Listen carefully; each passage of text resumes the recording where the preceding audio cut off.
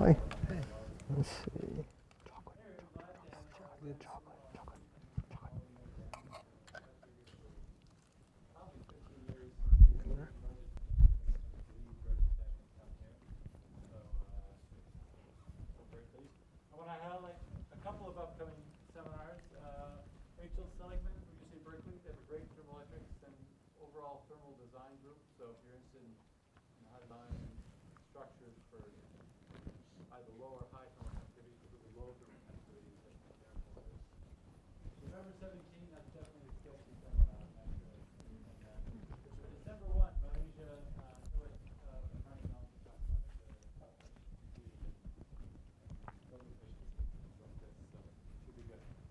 Without further ado,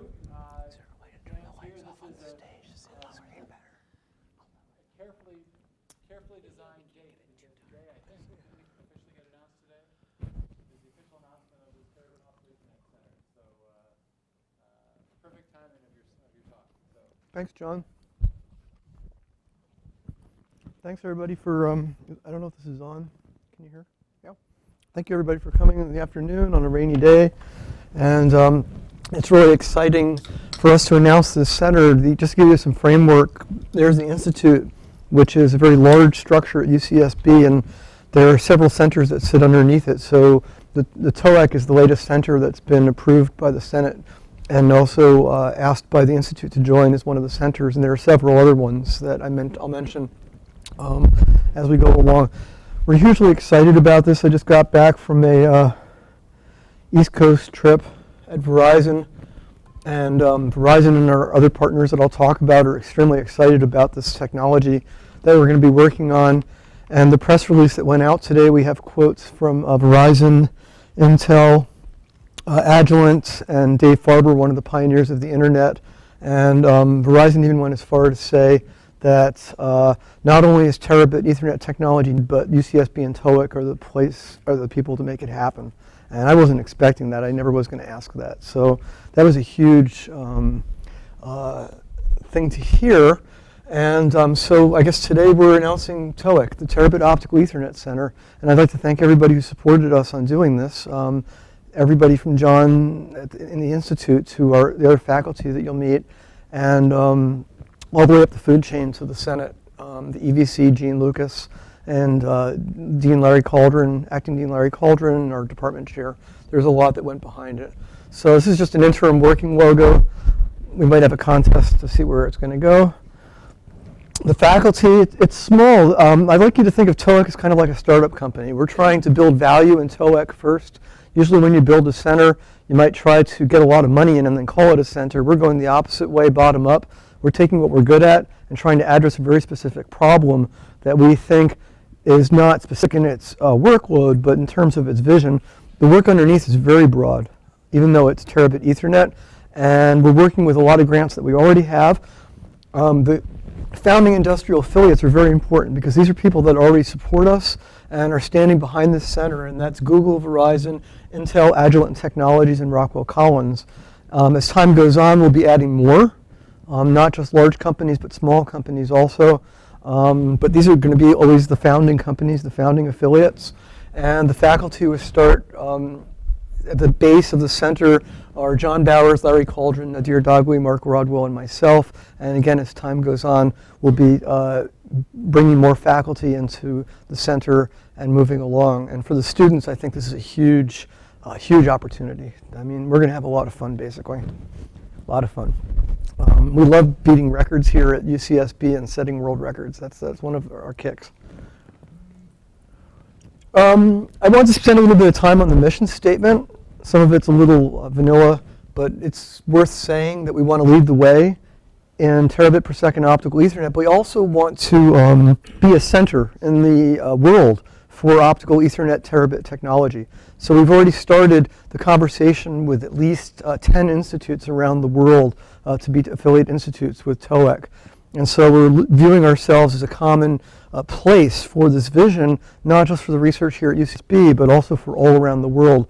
Because in Japan and Europe and many other places, Terabit Ethernet is starting to become very, very important. And we want to help further that mission worldwide. The other key piece is the efficient technologies for power. I'll talk about it in a little while, but we can't go about doing business as usual anymore. Whatever we do is going to have to be power efficient, and it's not just lip service anymore. It's bottom line business. Money, it's the environment, and people take it very, very seriously. And so we do here at UCSB also. And those of us that work on the photonics and partner with people working on electronics really want to find solutions that are going to stop these energy problems that we're having right now. And I'll show you a couple of them, and they're pretty bad. We want to create a multidisciplinary center of excellence. Terabit Ethernet can't grow up just by itself as like a in the lab technology. We need to be working with the Googles, the Verizons, and everybody who's going to use this technology as it grows up to make sure that we build what will be used. And that's a valuable lesson that we here at UCSB have learned by partnering with these big companies like in the past Cisco and Google and others, is they've taught us, the faculty and the students and the scientists, about what it is that's important when this technology actually moves out of the lab and into the marketplace or industry. The other mechanism that we have, which is very big here at UCSB, is many of our students and scientists go off and start small companies. And these companies make real products. So there's a lot of export of technology from the university into the real marketplace. And if we can start doing that in a green way, we can start leading the way there too. So we also want to lead the way for ubiquitous Ethernet. It's quite amazing, actually. It wasn't always clear that Ethernet was going to be as ubiquitous as it is today. Just the other day I heard there's a new initiative to completely eliminate the HDMI standard, which just appeared. They want to remove HDMI from all consumer electronics, one socket in, and that's an Ethernet plug. And there's several major companies pushing that. And the data centers, Ethernet. Storage area networks, which at one time Ethernet couldn't achieve the performance for storage area networks. Now that Ethernet is beyond 10 gig, storage area networks can perform the way they do. So everything is moving to Ethernet, pretty much everything. And if you think about that, if you think about Ethernet being everything from the home all the way up to the community, to the metro, to the enterprise, to the data centers, to the long haul, to the worldwide, and eventually to the cloud computing, you start realizing that Ethernet technology implicitly needs to always be backward compatible with the next layer that lies underneath it. And so that means the challenge that we have in the center is very, very interesting. We have to continue the legacy of Ethernet where you can continue to work with what is underneath it, yet moving, I'll show you, towards 100 terabit per second, which is crazy if you think about it. So we're going to be working on the underlying technologies, underlying transmission and modulation formats, architectures and applications, new physics algorithms and control techniques. There's a lot of work that has to be done here.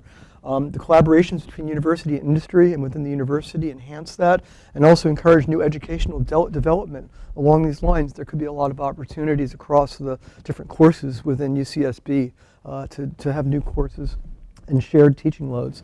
I talked a little bit about the organization. Just wanted to say that there's two centers under IEEE that we see ourselves working very strongly with. One is the Materials Center. Materials is going to play a fundamental role in any advancement. This is a key place. We can't do what we need to do without these guys here. This is us in the Terabit Center. We're also going to interact with Fred Chong, who has a $1.5 million grant from Google to build an experimental data center here at UCSB. And so we're going to be exporting optical technologies into his data center. It's kind of like a test bed where he can start doing more energy efficient data center computing. And there are some existing projects that we have already funded that we've brought underneath TOEC, not solely, but the mission is aligned. So DARPA projects, Google, Agilent, Rockwell Collins, and UC Discovery. And then we also have a formal alignment with Nick McCune's Clean Slate at Stanford. And then this list very quickly is going to start growing to probably about 10 to 20 over here with the international laboratories and institutes. So just a little bit about what's happening today. This is kind of caught the world by surprise. We're almost revisiting back in the day in Chicago when the president of AT&T stood there and said, we will never need more than 45 megabits per second. That was what, back in 76, I think, or 74. They were so proud of their 45 megabit optical link. And that was it. Never need anything more than that. And we keep going through that story over and over again, and us optics guys are always hearing data compression, and we're always like, oh yeah, you know, people aren't going to need the bandwidth. And then all of a sudden you get surprised, and there are some huge surprises coming down the pipe. Cisco is projecting business internet, IP WAN, and especially video as driving exponentially the amount of traffic that's going to be going on the internet now. Huge amounts of traffic. And I know you could see this as a business case story, but I think this is a very real thing that's happening. We're not just seeing it from Cisco, we're seeing it from other places. Internet video is one of the dominant. At the same time, we're seeing that the architectures that people are building with standard electronics are starting to clamp up. In other words, silicon electronics does really a good job. Problem is that it burns very hot when you start making very large capacity machines. I don't want to go into the details here, but these designers of the routers and high-end systems are starting to find that they just can't keep building the systems, keeping the system power flat with the existing silicon technology. In other words, this curve is actually starting to pop up, and the carriers and the internet providers won't put these machines in anymore. And I'll talk a little bit about data centers in a minute. But you can only so much for a building and how much you heat and cool it. And I actually heard about the state-of-the-art data center that Yahoo just made called the Chicken Coop. They put it up in the northeast where the winds blow really strong. And when the winds are blowing strong, they open up both sides of the data center like this. And it's made modular, and the wind blows through and cools it down. And I guess that's how they used to cool chickens down. So it's called a Chicken Coop data center. And it's built also on a slab that goes, I think, maybe 100 feet under the ground for earth thermal cooling. So I just want to give you a preview of what kind of problems people are actually starting to face for these data centers. These are some really nice slides that we got from partner Intel. I love these slides. They're actual data on the average storage size we find at the home, in business, all the way out to the physics. And we're seeing average across the country 54 gigabytes per home. We're talking about across all homes. And for the super systems like the colliders, these kinds of storage systems are exabytes, which is 10 to the 18th. Now, that's just the beginning of the story. There are literally billions of sources of data that are on the planet now, 50 billion, but only less than 1% of them are connected as of 2009. And the plan is to have them all connected, and also probably exponential growth in the number of those devices too, especially in sensors. Whether we like it or not, probably clothing. All clothing is going to have sensors in it of one kind or another. So all of these are going to have IP addresses, which is crazy. But, you know, what do you do? It's a lot of data that's going to be flowing around. It's not just data that's flowing around, it's data that's stored.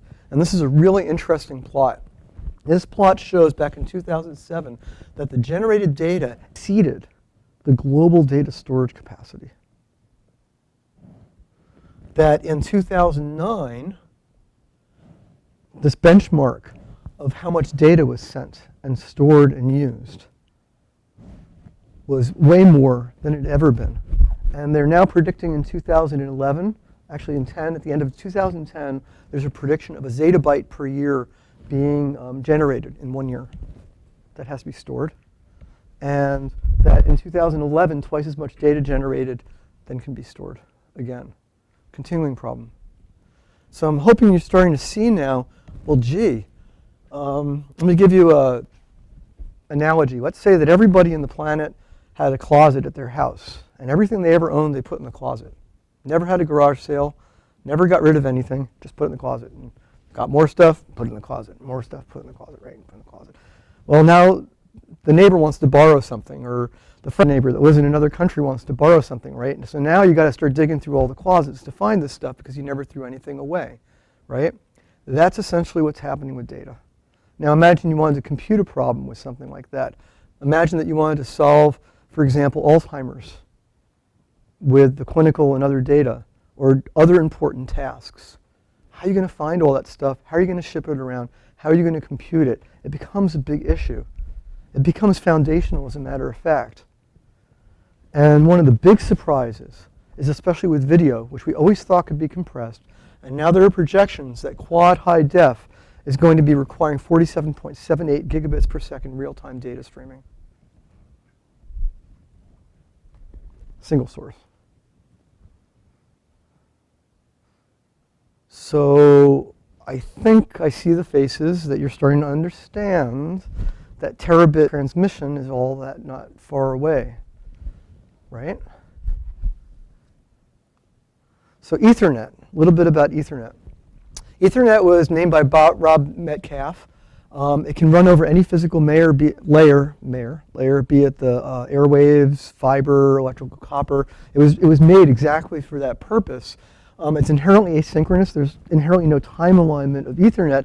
One of the things is as Ethernet has grown up and started going faster and faster, 10 gig and 100 gig today in optics, people have started wrapping around those packets stuff to make it synchronous, because that's how you did the business of transporting the packets. And this is one of the fundamental things we are going to have to address in TOEC, is do we stay that way, or we go back to the original asynchronous Ethernet, because we actually might be able to. And there's reasons why. It's common in DC server interfaces, laptops. In the ground today, for the carriers, we see 40 gig, and now today 100 gigabit per second Ethernet is standardized and being deployed. And there's already discussion of terabit transmission, but not terabit Ethernet, and that's where we want to bring in. I wanted to show you really quickly, what does a data center look like? This might be if you went to Facebook or somewhere else, what you might see. It's called a fat tree architecture. It just helps a little bit of understanding of the problem here. The rest of the world's out there. You do a search. Your search comes in to some core switches to the data center, which may be like big Cisco core switches or some other brand of big fat core switch. We're talking about big Mongo switches that handle a lot of capacity. And those switches, what they want to do is they want to talk to a bunch of servers, which are going to do sorting and finding information. Typically, there's about 40 servers per rack. And so what we find is that data enters the gateway, algorithms are run, your data sent to the right server, if not to the next server, the information is recalled and sent back out the system. Sounds kind of easy at first. Well, start adding network storage to that and other problems. And the bisectional bandwidth, which is if we were to make a cut along a data center here, is starting to creep up to 1 trillion bytes per second, 1 trillion bits per second. We're starting to get to terabit per second bisectional bandwidth inside a data center. That's how much data is flowing back and forth. So already the links within the data centers are starting to reach that kind of capacity. This is how complex it can get. You come in from the wide area network, you go through routers, firewalls, aggregation switches, the load balancers that I showed you, these access switches to the server farms themselves. By the way, in a state-of-the-art Google data center, there's 32,000 servers, and one server farm would probably be about 1/4 the size of this room to 1/2 the size of this room. It'll get put into a crate, and a helicopter will come and pick it up, and it will bring it up to the place where power is the cheapest in Canada, and it will drop ship it, and it will require 5 to 10 megawatts of power to run that data center. That's what you take to run a small city, okay? Network attached storage. So the problem that we're looking at solving is not only the communications between these guys, but now they want to hook all of those together. And if you look at the roadmap for Amazon, Amazon wants to build a cloud computing infrastructure that's yottabytes. That's 10 to the 24 bytes, and that's starting to be Avogadro's number, the number of atoms in the universe. And so when you want to now compute with farms that are connected together that are dealing with that much information, it doesn't take too far of a stretch to see that even the state-of-the-art 100 gigabit Ethernet going in the ground today can't support that kind of communication. I mean, I think you can make the leap. 10 to the 24th and 100 times 10 to the 9th don't match up very well.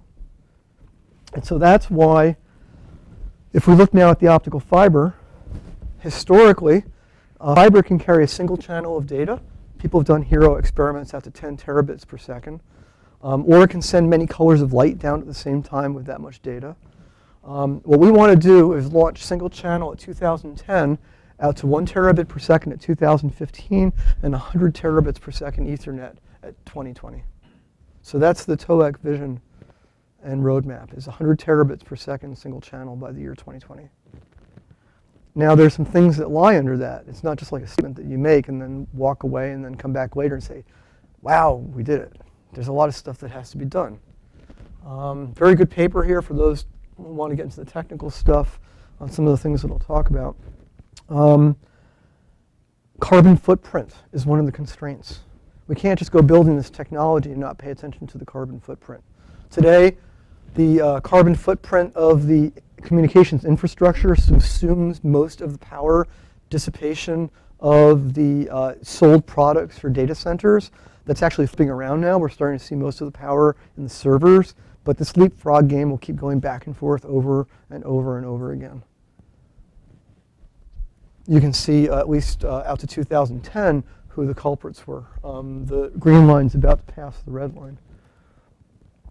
Just really quickly, this is a little abstract, but I'd like to say that when you have data going around a network and you're trying to move that data around, if you move it through electronics all the time, you're switching on every single bit of information. Every time a transistor switches, it dissipates energy. And the faster the bits are, the more energy the transistor dissipates.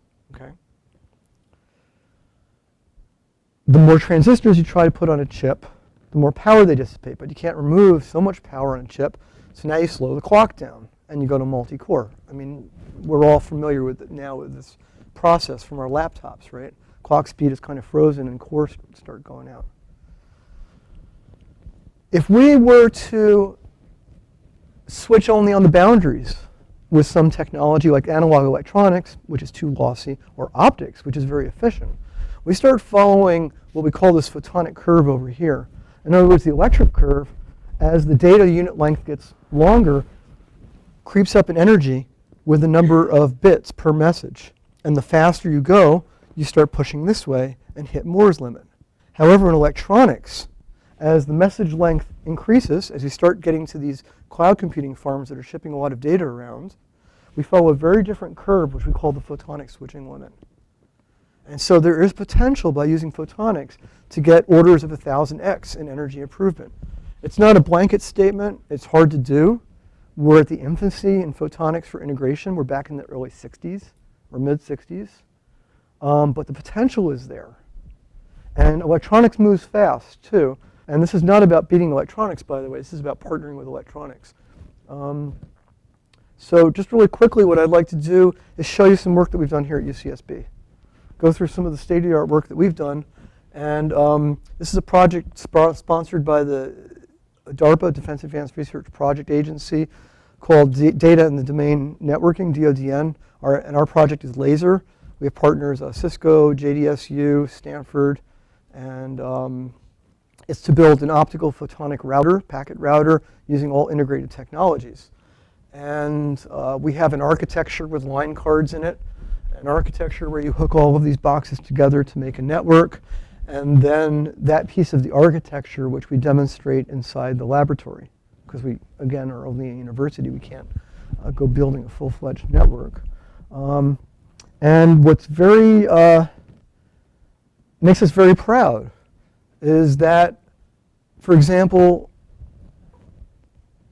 scientists like Milan Mashanovic and others, and graduate students like Steve Nichols, Steve is jointly supervised between me and Larry, made a photonic integrated circuit that still holds the world record for the most devices on a single chip.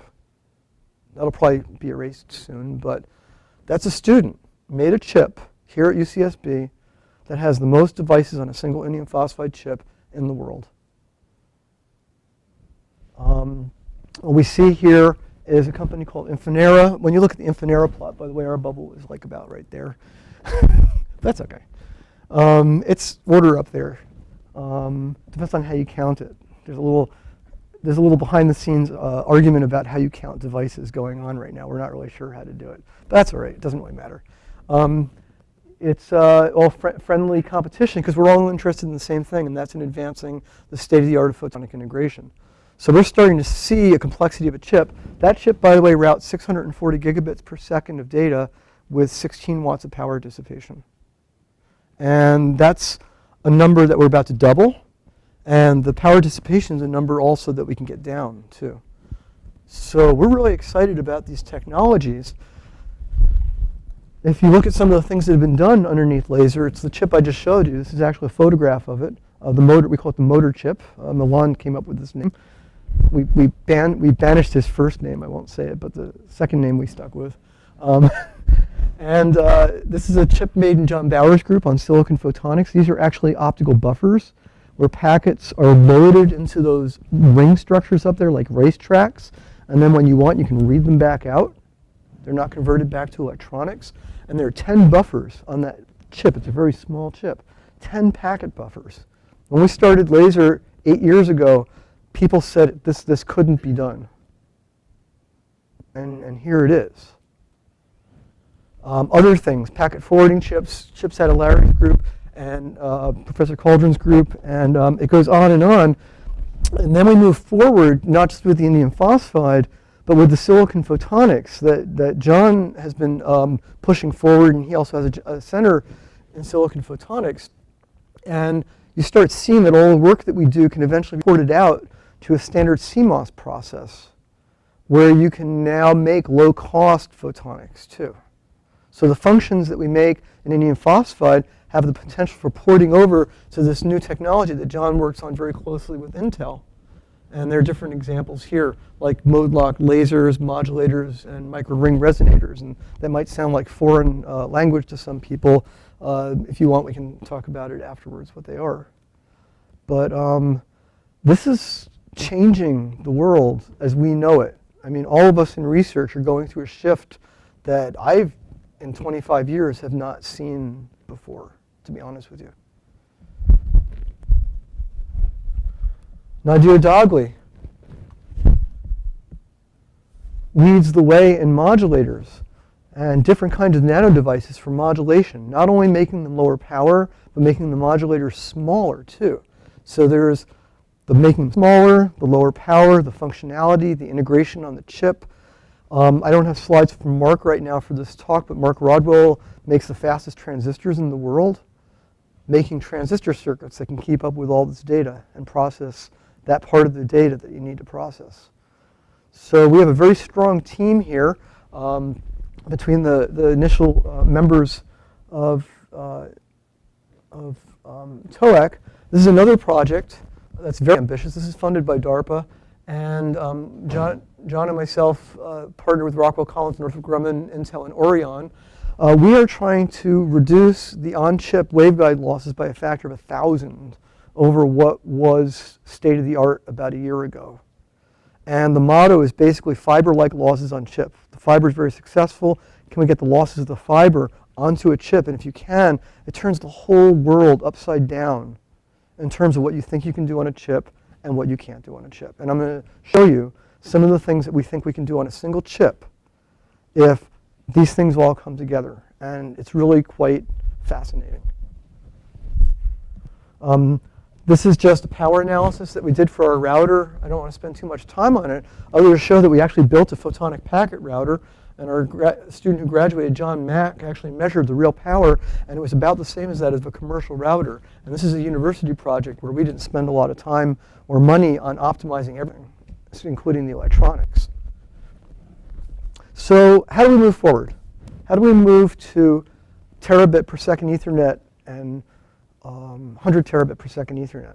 Well, this chart here, I don't really want to go through it, but all I want to say is that it's the equivalent in optics for us making the optical wireless telephone. Okay?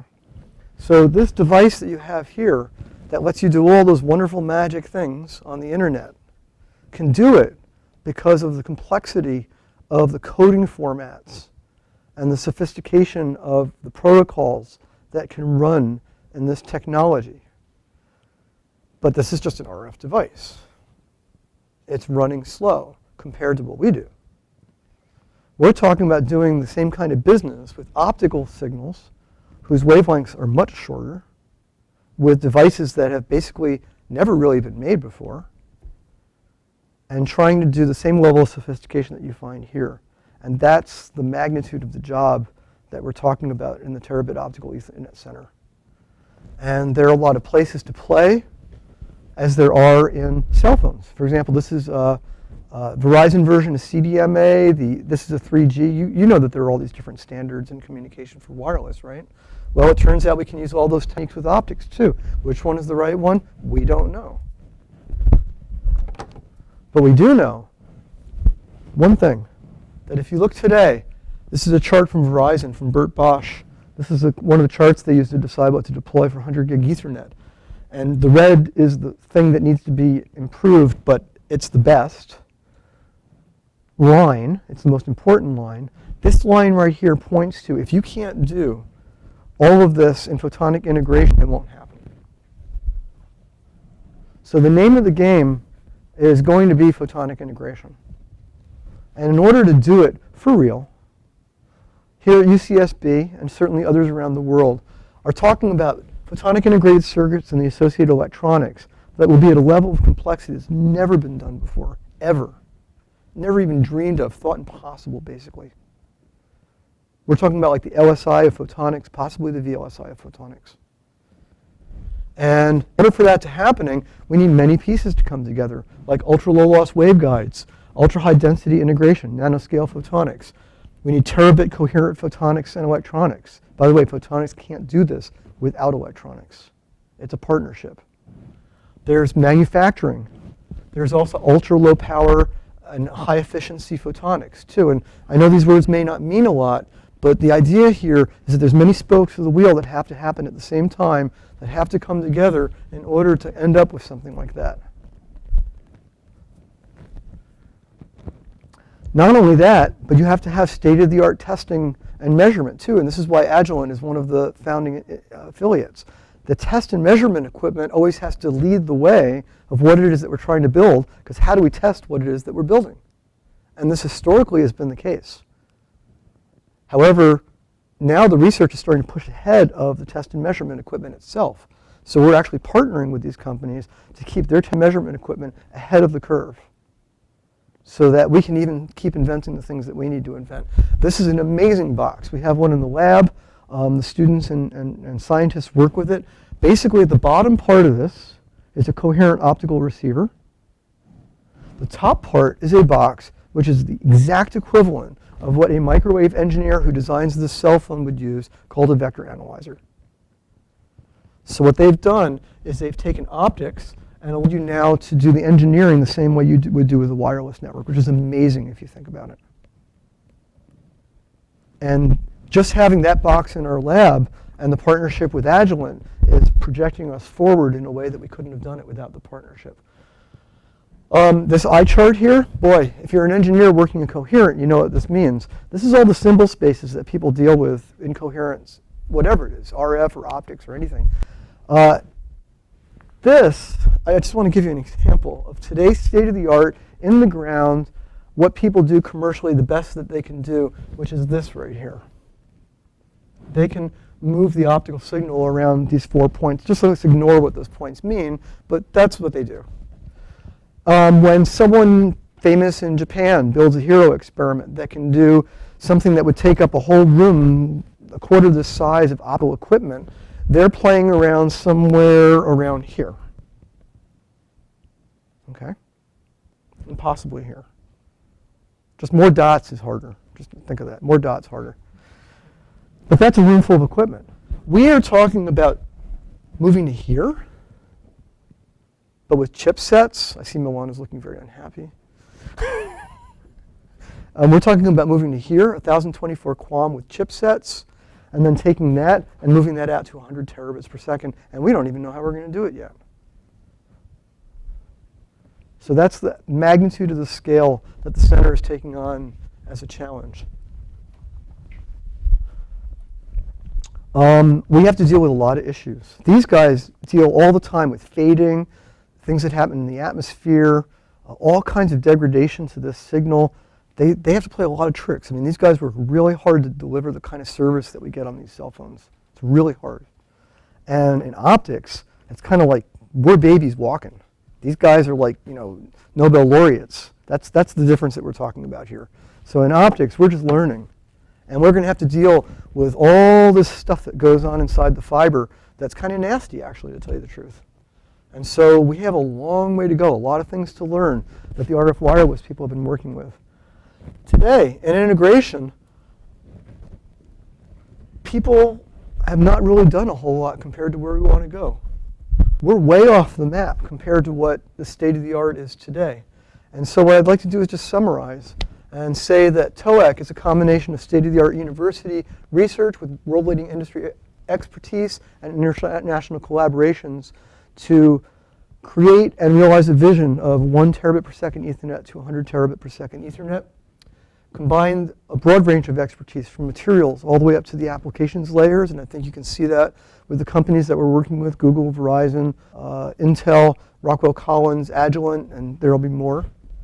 Build upon the success of Ethernet for scalability and backwards compatibility. I can't emphasize this enough.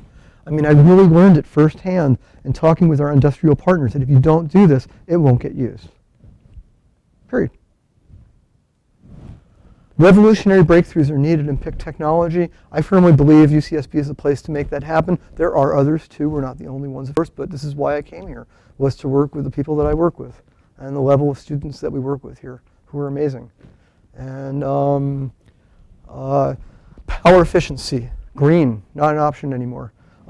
If you go online, you can look at the Alcatel-Lucent Green Touch Initiative, which we're going to join.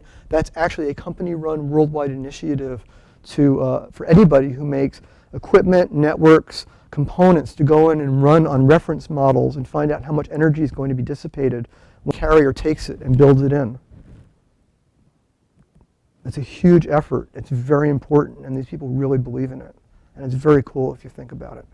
So I'd like to stop there and thank you very much for your time. That's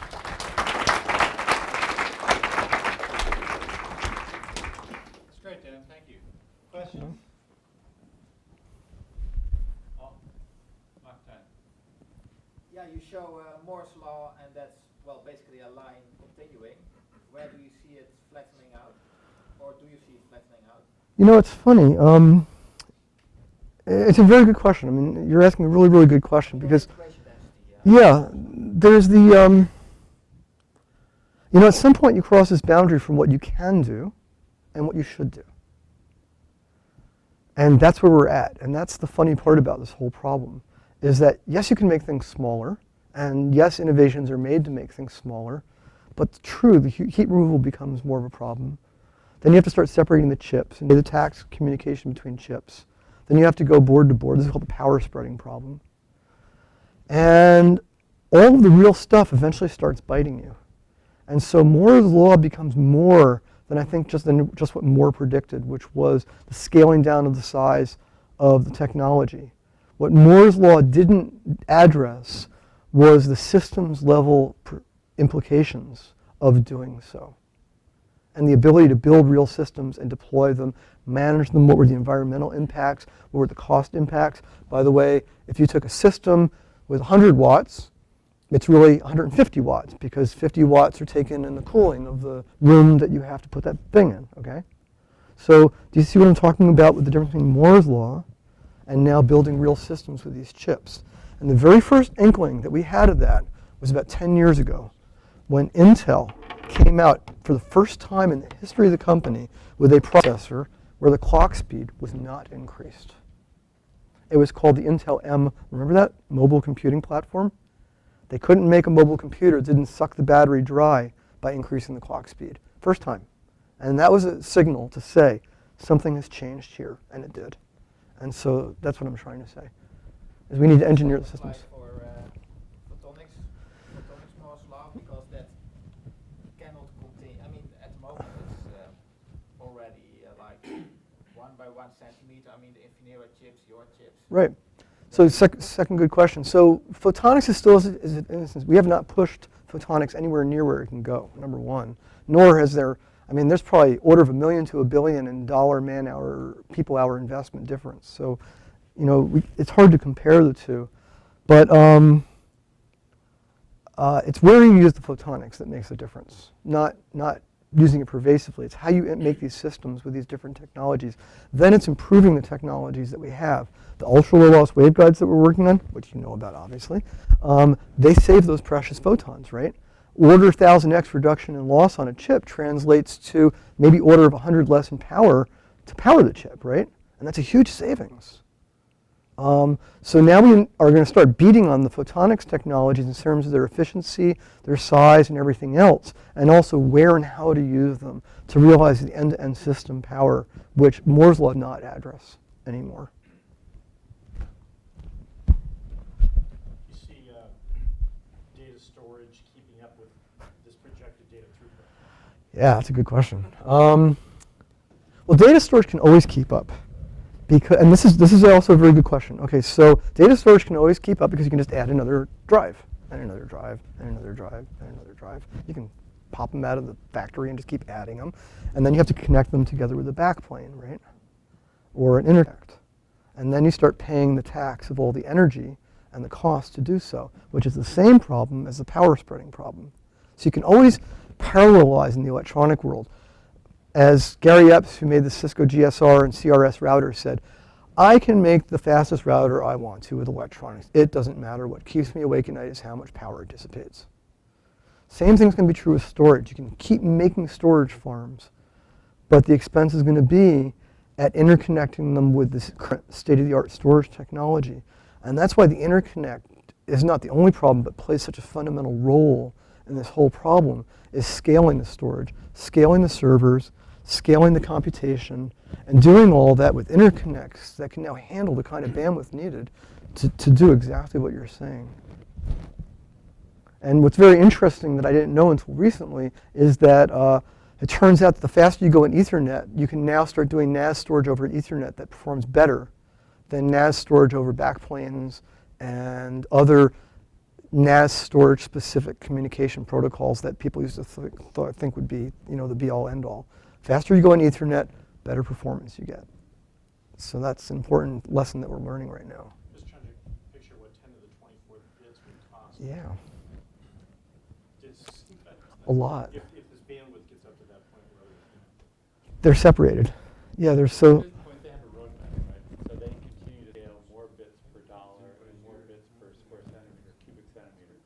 So that will Right. continue for a while. I don't think they're at the end of that roadmap model. Yeah, and the 10 to the 10 to the 24th is not just bits that are stored, it's bits that you can find.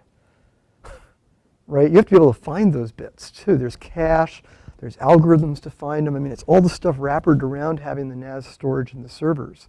So everybody's burning hot. There's information all over the place. And that's, again, the problem becomes more complex than any one piece of the system anymore. I don't know if that answers your question well or not. Other questions? Yes. See that we have showed a picture showing that we are moving from UBSP to 1.1. Well, we would like to here at UCSB. Not everybody agrees with that, by the way. If this were to happen, then do we need like a very highly precise analog to digital converters operating at very high speed? I took that slide out. That's a good question. Okay, that's a good question. Today, with this running in the network, there are 2 digital signal processors that sit in the receiver that have to unscramble this data back into digital bits. And today, each of those processors burns about 28 watts per processor. It's about 56 watts just to pull that channel back out of the optical signal.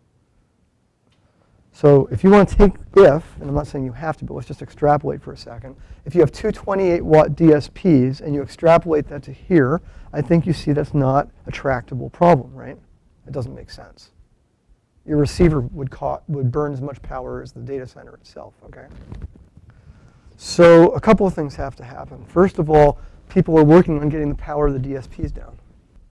But it's not coming down a lot. I had a slide on it. It just seems like too much detail. It's not coming down as fast as you need it to. And it certainly doesn't scale up to here. So what we're trying to do, and I know some other people, other places that are thinking about the same things, is we want to use the optics to offload a lot of the processing. Do some of the work in the analog domain to prepare the data so that either you don't need a DSP at all, or you minimize the amount of processing that DSPs have to do. And that's where these low-loss waveguides and other structures are going to come in, is the amount of front-end analog processing that we can do to massage the data and then hand it off in an energy-efficient manner to the DSPs. Does that answer your question? Is that what you're asking? Let But me push back a little, and I'm not sure you'll disagree with it. fine. But, if you take that bottom row, I agree you have to go from on-off keying down to somewhere, say 128 kilometers. You get 7 bits per symbol. After that, you don't gain very much. no, it's true. You only gain 3, right? So, I mean, for cell phones, that's a constrained communication network. Fiber, I can add another fiber easier than I can go across that bottom row. Right.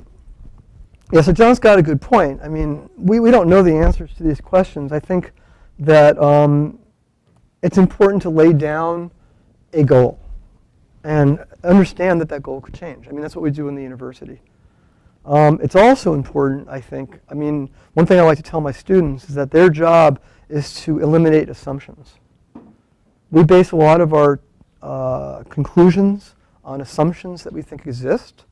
And if you change one of those underlying assumptions, you come to very different conclusions. For example, the conclusion could be you can't do that because of X, Y, Z. Well, what if all of a sudden X could be done because a student discovered a way to do it, right? There is a huge playground to play in. There are people doing OFDM. There are people doing multiple fibers. There's lots of ways to do this, as John says. That's this space right here. We just chose initially this QAM space because it sits very close to what's called the Shannon limit in terms of the signal-to-noise ratio. The QAM sits the closest compared to anything else. And so let's try and push on that. But that's not all we're going to do. I mean, people are going to come up with different ideas here at UCSB and try different things. And that's one of the nice things about being at a university. And so the answer is right. You know, maybe we won't even get there. Who knows? That's the fun part, right? So the exciting thing that Dan and I are both at this European Conference of Communications in September, and I was amazed at how fast it's heading this direction, right? So 10 gigabit Ethernet is very standard, and all the commercial standards for 100 gigabit Ethernet are basically done, right? So there's all defense companies pushing on doing 100 gigabit Ethernet. From our university research point of view, it's done, right? I mean, so the whole world is now saying, what is next? And so you had a slide that said, maybe this is it, 200, 400 gig. Maybe that's true. Maybe it goes straight to terabit. I don't know if you have an opinion on that, but it's interesting to me how fast it's moving. It's crazy. I mean, right now there's a discussion. What should the next standard be? Should it be 400 gig? I think they're starting to conclude 200 is a waste of time. You got to go to 400. But then I think, well, if we go to 400, why don't we go to 1 terabit? That's actually the mentality of the industry. But in optics, that terabit number is terabit transmission. And what we have uniquely here at UCSB is we're talking about Terabit Ethernet, which is very different than terabit transmission because it includes everything about Ethernet. It includes switching, routing, and all the things you got to put on top of it. And that's the stake in the ground that UCSB has put down that's unique around the world that is a different message than when we heard ECOC. It was a little scary seeing all the terabit stuff. But no one's actually said Terabit Ethernet. And well, the good thing is hopefully everything's converging, right? So there was InfiniBand, there's USB, data channel. There's all these different formats that all sort of got up to around 10 gigabit. And I agree with you. I think probably Ethernet is the one that will survive. But, well, our partner and one that supports John very heavily, sorry, I haven't got much sleep, heavily, is Intel, who had made the announcement of LightPeak. USB basically is the standard. Right. So they're, Battle is not yet decided. but they're saying 100 gigabits to the laptop. Right. That'll actually happen. Soon. How much power does a current electronic-based 100 gigabit use, and how much power do you anticipate optical terabit? We have not done those calculations. I can just give you a back of the envelope on. You know, it's interesting. Sometimes it's not what can the system do. It's kind of like what is the system allowed to do. Like you get a blade, and that blade can't dissipate more than 100 watts. You know, that's it. Done deal. You can't make your technology meet that, and they're not going to put it in. So the question is, how many blades does it take to make a 100 terabit link, right? So I guess they're looking at a 100 terabit single channel, 100 gigabit single channel optical at 100 watts. And then there will be some other demuxing.